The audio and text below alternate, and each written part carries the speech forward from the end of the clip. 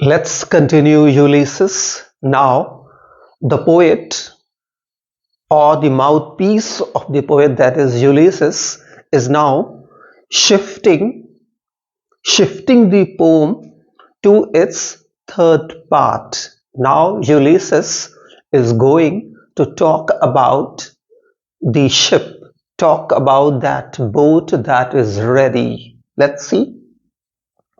There lies the port. Now he is standing just in front of the harbor. Port means harbor, the place from where the operation of the just a ship is just maintained or managed. The vessel here means ship. Pops her swell. Pops means swells. Her sail. Sail is the part or sail used in the ship in the olden times. So here the sail of the ship is full of what? Full of wind, full of air. Actually not wind, full of air. And see, here he uses the word her for the ship. It means here Ulysses imagines, you can say that imagines or personifies ship as a pregnant woman.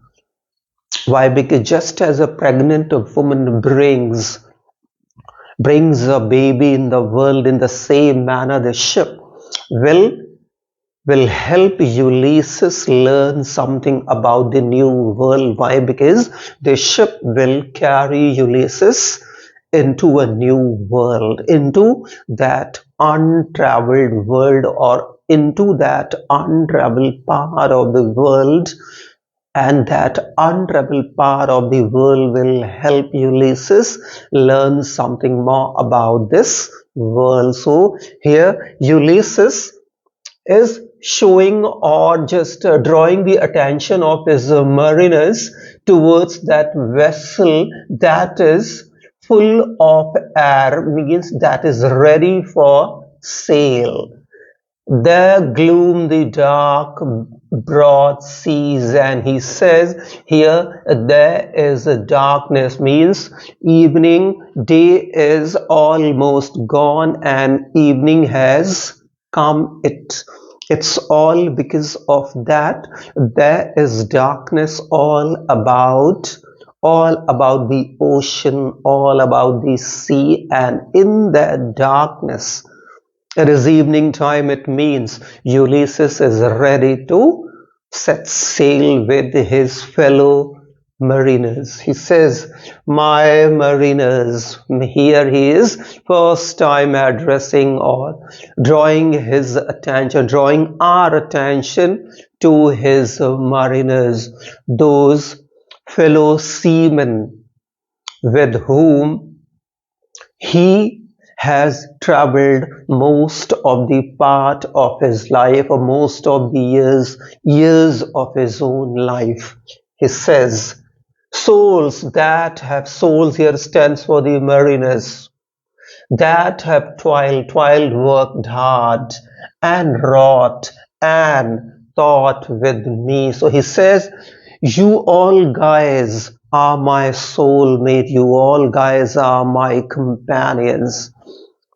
You experienced with me difficulties and hardships of the voyage, hardships of the journey on the water of the sea.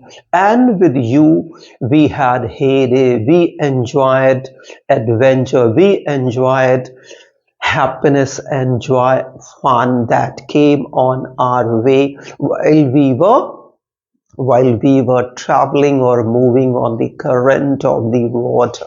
He says, so he says, together we have worked hard, we have worked and thought with me. So he says, we have done everything together, we thought together, we just did things together, we traveled together, we enjoyed together, we suffered together. That ever with a frolic welcome took. The thunder, thunder stands for hardships, difficulties, sunshine, joys, and happiness they had during their sea voyage, and opposed, challenged with free hearts and free foreheads whatever hardships and difficulties came on their way during sea voyage, sea journey. So he says, you my dear mariners, we together had great fun. We together traveled on the couch of the water. We together just faced or challenged all the hardships and all the difficulties that cropped up our way during the journey or during the voyage, and we together enjoy the happiness, and we together enjoy the happy moments during the journey or in our life. He says, you and I are old. He says, you and I are old. He says, you all are old and I am old, but yet old age has its own merit. No doubt at all, old age has its own drawbacks. We are not so strong as we were. We are not so energized we were in our young age, but we did not have that experience we have today in our old age. So no doubt at all, the old age has taken a lot from us, but the old age has its own merit. Old age has also given us something that is precious experience. Old age hath yet his honors and his toil. So he says that old age has its own plus points. We have experience. Because of growing in age, we have had great and precious experience.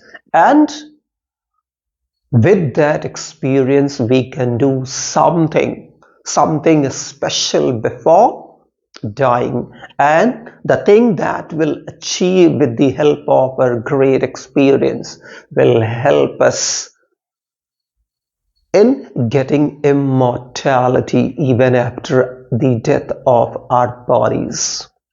See what? Death closes all. He says death seals everything. Death brings the fullest or punctuates the full stop to this eventful just life of man on this planet. But, he says, but something is before the end, death. Some work of noble note may yet be done. He says, fine, death will punctuate the full stop to our life, but still we have some more days, some more weeks, some more months, some more years. And why should we allow those days or just weeks or months or years go waste? Let's once again start our voyage and do something.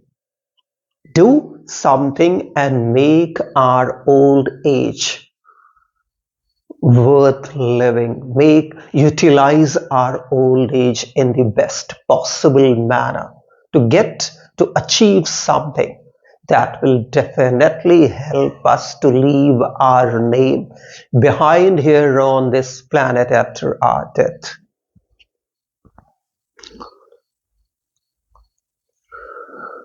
Not unbecoming men that strove with God. So he says, why should we prove ourselves worthless, or we should prove ourselves, or we should make ourselves small and little and of no use? We are those people who fought against the God in the war of Troy. Yes, lots of Lots of even just gods straightway took part in the battle of or in the war of Troy, just as in the battle of you must have a knowledge that in the battle of Mahabharat or in the battle that battle took place between Ram and Ravan, straightway many gods took part from this side or that side in the same manner in the battle of Troy. There were many gods who made their presence, or there were many gods who fought either from the side of the Troy or from the Greece. So he says, we are not the common human beings, we are not the ordinary people. We are those warriors, we are those people who even did not hesitate a little at the time we faced the powerful gods in the battle or in the war of or in the Trojan war. So I hope these all lines would be clear to you, provided that if you find some complication in understanding, do let me know and I will clear your doubts. That's it in this video.